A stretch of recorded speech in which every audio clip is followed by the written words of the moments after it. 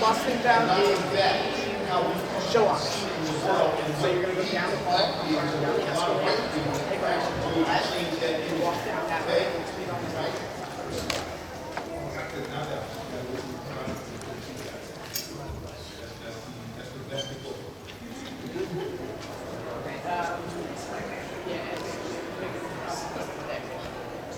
Okay, that was the book.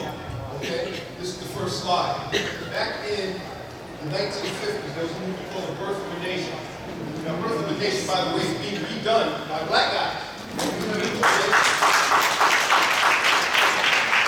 Here's the interesting thing. They also have a play right down on Broadway called Hamilton. That too now is being manned by black people. There is no, the thing is I find very curious is that if you have a play that was doing fairly well, now it's doing such record numbers you can't even get tickets till next year. Because it's got black people in it? Interesting.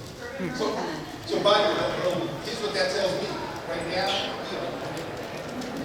so we should honor that and say it. Okay, The Birth of a Nation, technically, that movie was affectionately also called an off-title, The Klansman. That was what that movie was all about. It was about how the Klan built this nation. Now, guess what? I can tell you that was a lie. Right? The funny thing is, back in those days, we actually had to put cork on our face. They had to put cork on their faces and play us because they wouldn't even allow us to play us. I'm going to tell you a little interesting story. See the gentleman here? That's a black guy. He had to actually paint his face in court to get work back in that time. Okay? Attack, brother. I thought I was going. I want you to take a look at this image right here from Al Dawson. This is from a movie called Gas. Now, quite naturally, given the depth of the time frame and framework of what's going on in this country, quite naturally, people doing comics are going to adopt a lot of that ideology and a lot of that imagery. By the way, let me explain to you what I mean by that. Imagery is what drives the market. People perceive you to be a moron. So they have to have that as an image of us. And so consequently, when they start being comic strips, it actually filtered down. This is from an actual Mickey Mouse comic strip from back around that time frame. Now, when I was at one lecture, the gentleman raised his hand and he said, by the way, that stuff doesn't happen now. When President Obama first became president, they did a collage of all the presidents. When they got to the 44th president, which was at the bottom right of it, they had a picture of that was solid black with just a pair of eyes. President Obama. So when someone tells me that that imagery is not consistent, that is not planned action, I tell them for sure. And so what we have to do is we have to change that. Before you can change it, people have to actually understand where it came from, then you can change it. All right? Next one. Now, shortly thereafter, we're talking about the 1930s, there were a bunch of people who actually did not believe in or like that imagery of us. So they actually started to say they're going to actually start to try to change something. In changing it, they started to go to a different kind of imaging of us. That imaging wasn't going to be about us being stupid or moronic or anything. They were going to become what was known as noble savage. Noble savage. Keep that in your mind. Because even today, right now, when they portray a lot of us, that's what we are. We are noble. But we are not leaders. This has been a problem with President Obama's presidency since he's got in. President Obama is a leader, but he's not being treated like a leader. He's being treated like he's just a savage that sort of stumbled upon that office. Make no mistake, that is a planned action. Let me say a little about about a little bit about Walter. Early on, they portrayed him to be more lion skins and lion cloth. He talked very, I won't say gummy, but he didn't speak as if he became English well. Over time, the actual creator of the strip, Lee Falk, he decided that he really wanted to actually have him be a little bit more realistic in what is in today's terms in terms of his look and the ideology. So they did. Now, here's the funny thing. Think about this. Remember I told you what we get symbology where we can be everything but leaders. So, was anybody back there that couldn't hear me? Yeah. Can you hear me now? Yes. So what they did was, Lothar was basically the prince of 7 kingdoms. He was due to be a king of 7 kingdoms in Africa. He left that to be sidekick to a magician. Shouldn't the magician have working for him?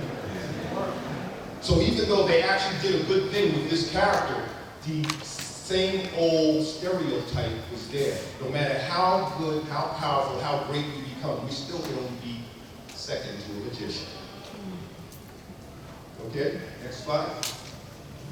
So back in that time frame, in 1937, there was a young lady by the name of Jackie. Okay, not her real name, by the way. Not her real name, by the way. She was in a lot of the social ills of our times. Okay, next slide. So now I'm going to take you back a little bit, because right after she started doing what she did, and a couple other people started doing what they did, again, America's age-old conceptology back in. So what they did is they said, you know what? We got to go back to these things. So they, again, this is Walter Lanz's cartoon character, 8-Ball.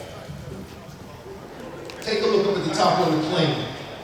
When they went into the war, they put a lot of that imagery of us on their plane so that when they went around the world, everyone that saw them would see that imagery and come to think that that's who we were. What war was that? World War.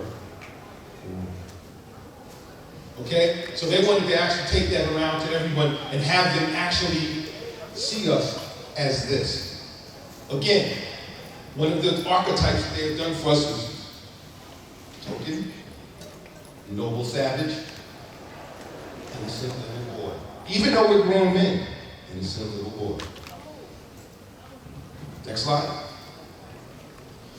And by the way, just so that you don't think that this was just, you know, offbeat strips or comic strips in newspapers, Stan Lee created Young Allies. And he created a character called Whitewash Jones. Let that sink in. A black character, Whitewash Jones. Now, stereotypes. And here's what he said. It was the times. He said it was the times. They would pay for that. They would not pay for a black person that looked white. Next slide. Now, also back during that time, there's a gentleman who, for all intents and purposes, didn't even want anybody to know he was a black creator, so you never knew who he was. But what his claim to fame was that he started drawing really sexy white men. So boyfriend got a lot of work. Okay? The thing that also was interesting about this was that, oh, by the way, his name is Nat Baker. This book, right here, back during that time frame, there was a gentleman by the name of Frederick Wortham who wrote a book called Seduction of the Innocent. This is when they were trying to blame all juvenile delinquency on America on comic books. This was one of the images that they put in the book as being why young men were juvenile delinquents. Now, I'm sure every one of you guys that saw women half naked decided you was going to go out and start robbing and beating people up.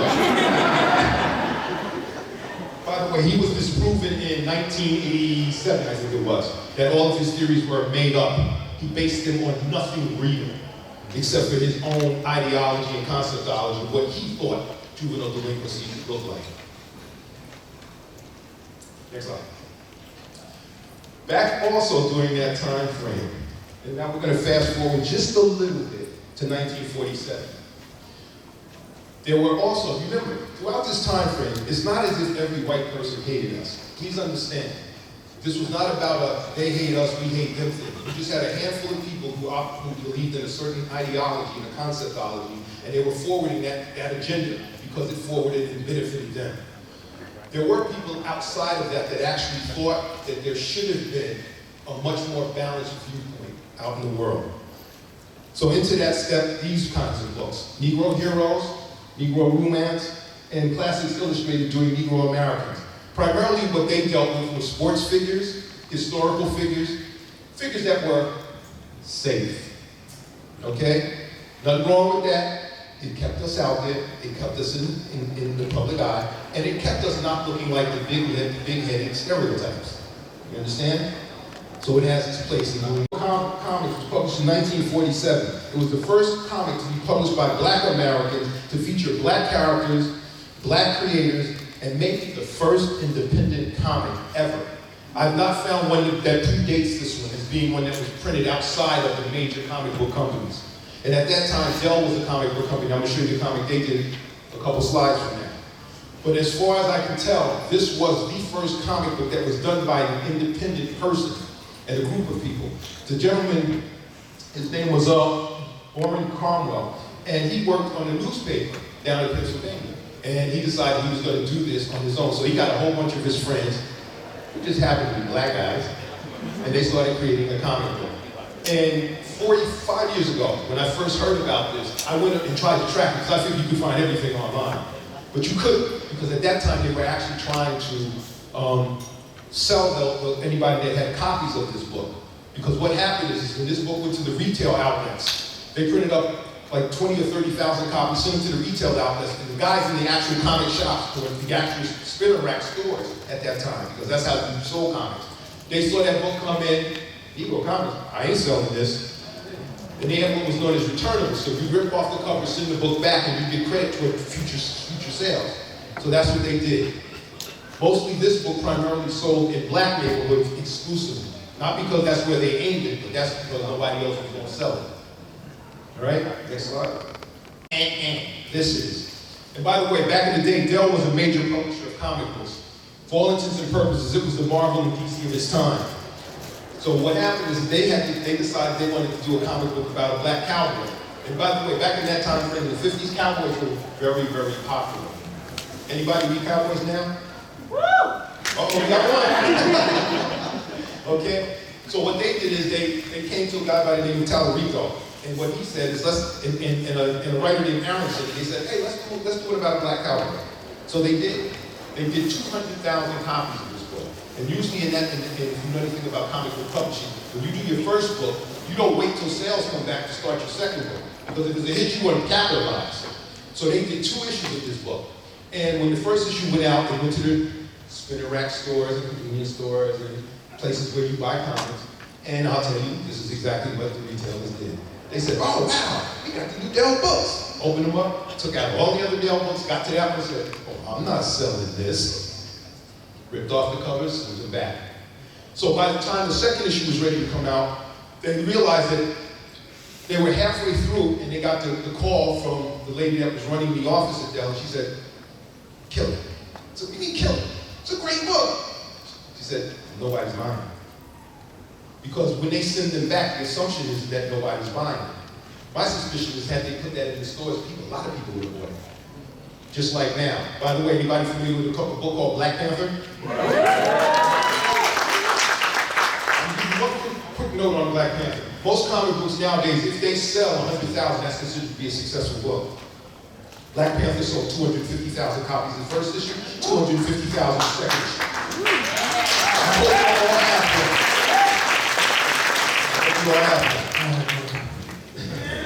And as do I. And I have it digitally too. I'm trying to see those brothers get paid. All right, next one. Now, we're going to come slightly forward. We're going to come into 1954. And bring into 1950. In the 1950s, they realized that there should have been some books in that. Now, even at this point, they were not really ready to give a Black character his own book, so they put this one in its anthology title. So it was about this character called Waku, which they had in the 1930s, which they ran in a couple of books, did okay. And then they brought him back. for this. The interesting thing was, because of this book, other creators decided that, well, wait a minute, maybe we can actually do a black character in the book. Because they didn't get any pushback from these characters in the book. Not any at all. It was almost like it was just ordinary thing. So now they decided, well, maybe we can actually do a book with a black character in it. So Jack Kirby is as nice as I can, mostly Jack Kirby, okay, decided that what they should do is create a black character and have him be regal. So since he knew that doing a black character from America would probably be problematic, he said, let's make him an African character. When they first created the Black Panther, his face was open so that you could actually see his skin. Stan Lee decided against that, figure we need to get them in there and have them be in love with the story first. And that's what they did. That's why the Black Panther's face is completely covered. He was initially called a cold tiger, had a striped outfit, and I'm so glad they went with this. But the cool thing about Black Panther was when it came out, people loved the character. Now, I don't know whether it was a costume, I don't know whether it was because he was regal, I don't care, I don't know if it was because he was from Africa, I don't care, as long as he was there. Not only that, they made one massive, massive mistake. They made him head of the most technologically advanced nation on the planet. And I have some theories about why it's taking so long with this Black Panther movie, and I'll tell you that a little bit later. But once they did that, they looked up and people loved the character. Now they start saying, okay, well, maybe we should start to create some other characters that are black and bring them into the limelight. Still not ready to give a character his own book, though. Now you have the Falcon. Yes. Most people may not understand how the Falcon became the Falcon. Most people will look at Falcon and say, well, Falcon is basically just a second to Captain America. But largely the Falcon is the Falcon because of Captain America. Does anybody here familiar with the story of Captain America and Falcon? If not, you're about to get a quick history lesson. The Red Skull had taken over Captain America's body using the Cosmic Cube. So now he transported Captain America in this other form to the island. He had this group of people called the Exiles, and he was going to kill Captain America.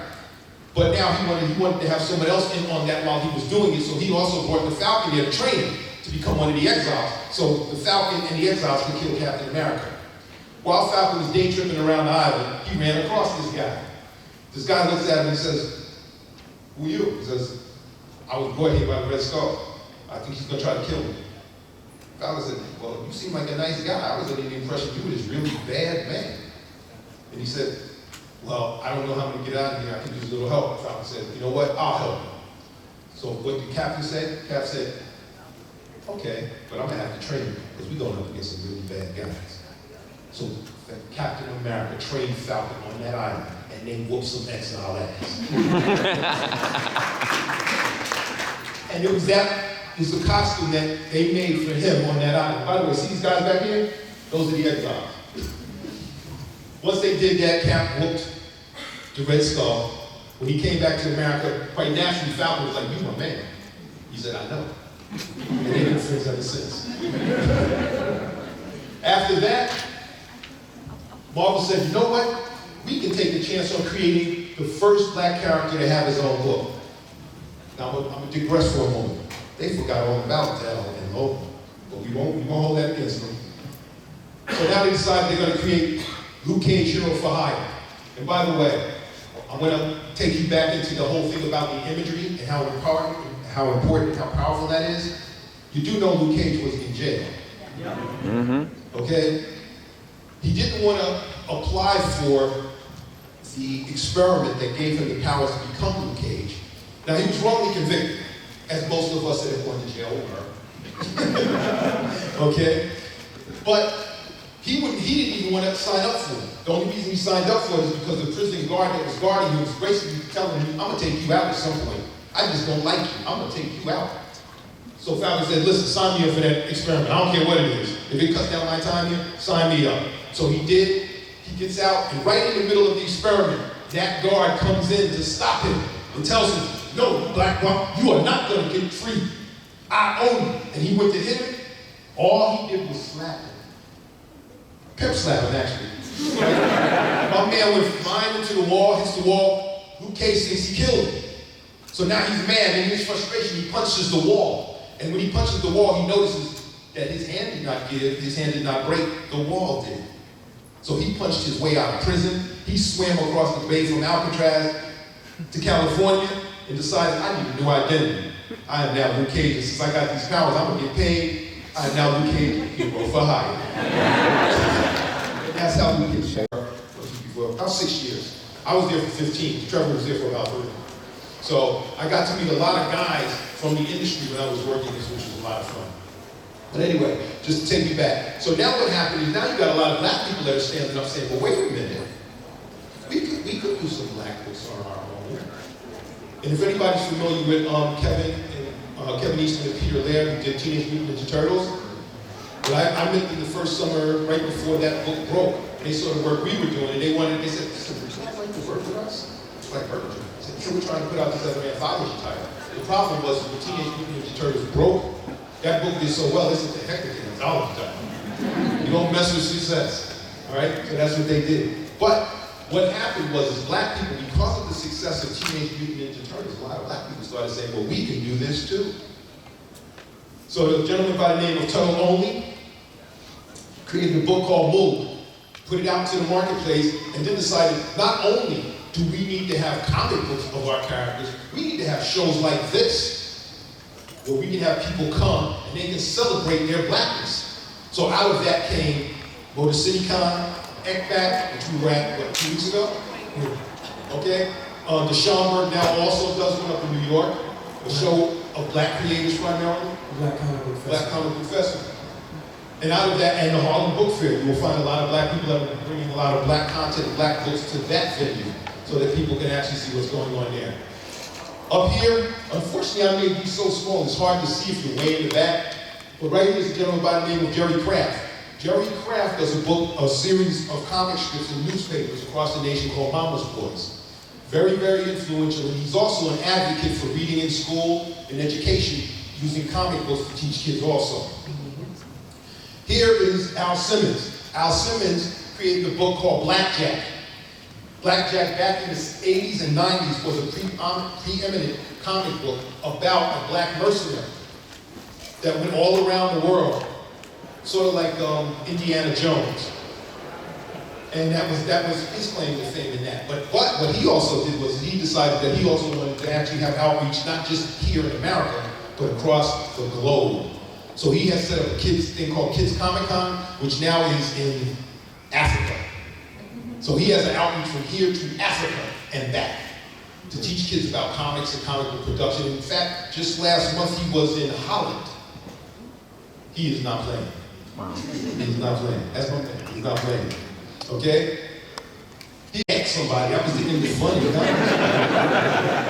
Thomas became serious as an architect. Okay? Now, one more guy before I tell you about this guy, Felix. Ray Felix. He decided he was going to start doing his comic conventions all up in the New York, New Jersey area, and so he did. And in doing that, he brought a lot of the creators from that area together. And he would actually start putting on shows to help them promote their work, to help them get press, and help them get promotion. So we've done some stuff with him also. And now, last but not least, I'm going to tell you about this gentleman. By the way, if you have a pen and paper on you, you want to write this name down. You want to write this name down right now. You are any person that's black or white and or Hispanic or Asian or Indian or whatever. If you like really good art, you want to write this name down, and you want to Google it the minute you get home. You don't even want to wait. The minute you walk in the house, your wife go to the kitchen, push out of the way, I got to get to the computer. Right? The guy's name is M-S-H-I-N-D-O. Mashindo. M-I-S-H-I-N-D-O. Let's mess that up. His name is Mashindo. I met Mashindo back when I first started doing comic books at a convention. Then I met him when we released our first graphic novel. The guy has not changed. His head has not gotten swollen. For all intents and purposes, he is the Picasso of the black comic book movie. His art is the art that all of us are trying to catch. You understand? When you see his art, you will understand what I mean. He was Alex Ross before Alex Ross was Alex Ross. Okay, when you see his art, you'll understand what I mean. Boy is not playing. One of the things he always tells us when he sees us, where's the light source? Where's the light source? Where's the light source? Because he knows that we don't pay attention to the light source. We act like when we be drawing, there is no light. You understand? When you see his artwork, you will understand what light source will do to your art. Because you'll look like this when you see his work. Trust me. So Google him the minute you get on. Next one. Now, here we come to the next one. So out of that, by the way, there was the first attempt at creating a national comic book line was done by a bunch of brothers called Annie. And to date, the only one that's still in existence is this one, Purge, which was done by a gentleman by the name of Roosevelt Pitt. Good friend of mine, nice guy, awesome guy. They came out and they started saying that they wanted to do books that were black produced, black owned, black created, black staffed, featuring black characters. And for 2 years, they were promoted throughout a lot of the media across the nation, and they lasted about 9 months. They found out very quickly that producing a comic book is no easy task. And this is what happens with a lot of creators. So if any of you are creators in here, you want to have 3 books done before you put out your first one. Because if you try to wait on that first one to give you the sales you need to do the second one, you will not have a second book. I'm going to tell you this right now. We got 15 in our pipeline right now. And I swear to God, if my creators do not get finished by the beginning of 2017, I will put every single one.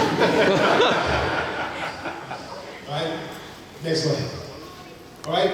Now, here are the people that made me who I am.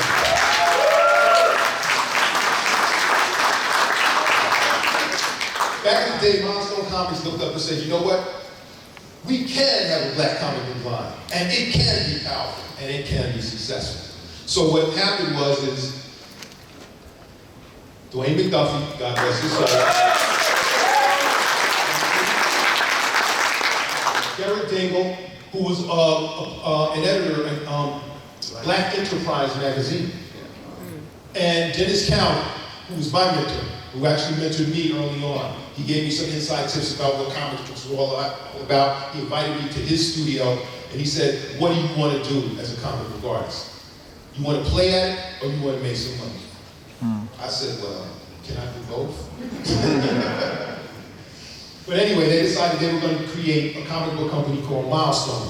And here's the interesting thing about Milestone. They did one thing exceptionally well. They retained the rights to their characters. Yes. To this day, DC can't use those characters without paying them a licensing fee. Back. Now I'm going to tell you a little secret. I want them to come back. I don't want them to hurry. I want our stuff out first. If they set a high bar, and even though we're trying to set a bar as high as that, I don't want to have to compete with them. Not like I won't. All right, next slide. All right. Also during that time frame, we're going to talk back the early 80s. A bunch of other local creators decided that they wanted to do books also. These are local people from my neighborhood. All right. First off, anybody familiar with a comic book called Moon Knight? Moon Knight's claim to fame, and he got his popularity by a comic book creator by the name of Bill Sienkiewicz. Bill Sienkiewicz and I worked together on these books, on these 2 books called Watch Out, which was done through the Fine and Industrial Arts School in Newark. So that's how I got to know him. After that, this was 1981, 1982, a gentleman by the name of Roland Laird, again, God rest his soul, he's no longer with us. He wanted to do the first hip-hop comic book. So he created this comic book, MC Squared. They got off 2 issues before he was asked to do a retrospective of slavery as it existed before America, in America. So he did the first graphic novel that actually dealt with that called Still I Rise. And then they re-released it in the early 1990s, or actually around the time that Obama became president, where they actually added from the end of his first book to President Obama's winning the presidency. Wow. He added it to that book. Wait, I saw you. I just went to your panel.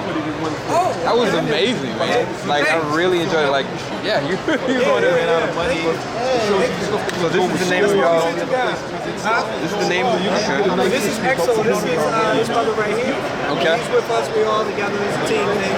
This is my book right here. This is Speedy Soldier. And this is Daryl, Mr. Moses' book right here. Hey, how you doing, man? Listen. Were you at the panel? Yeah, I enjoyed it.